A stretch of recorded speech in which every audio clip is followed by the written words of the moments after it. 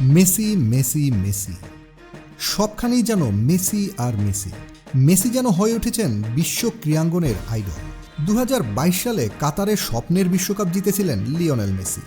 সেই রাতে বিশ্বকাপের ট্রফি কোলে নিয়ে ঘুমান লিওনেল মেসি। ট্রফি নিয়ে ঘুমন্ত মেসির সেই ছবি সামাজিক যোগাযোগ মাধ্যমে রীতিমতো হয় ভাইরাল।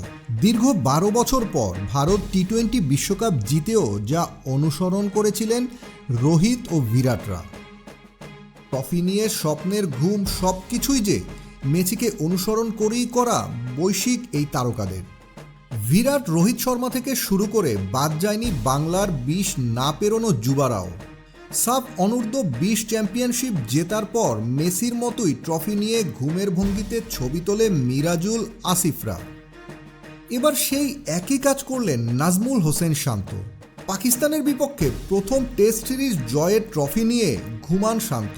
গতকাল সকালে সেই ছবি নিজের ভেরিফাইড ফেসবুক পেজে শেয়ার করেন বাংলাদেশ অধিনায়ক।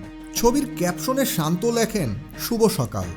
শান্তর এই ছবি দেখে মিশ্র প্রতিক্রিয়া জানিয়েছেন বাংলাদেশের ক্রিকেট ভক্তরা। অনেকে শান্ত ও বাংলাদেশকে অভিনন্দন জানিয়েছেন। কেউ কেউ তো আবার মেসির অনুকরণ না করে সৃজনশীল কিছু করার পরামর্শও দিয়েছেন বাংলাদেশের 3 ফরম্যাটের এই অধিনায়ককে।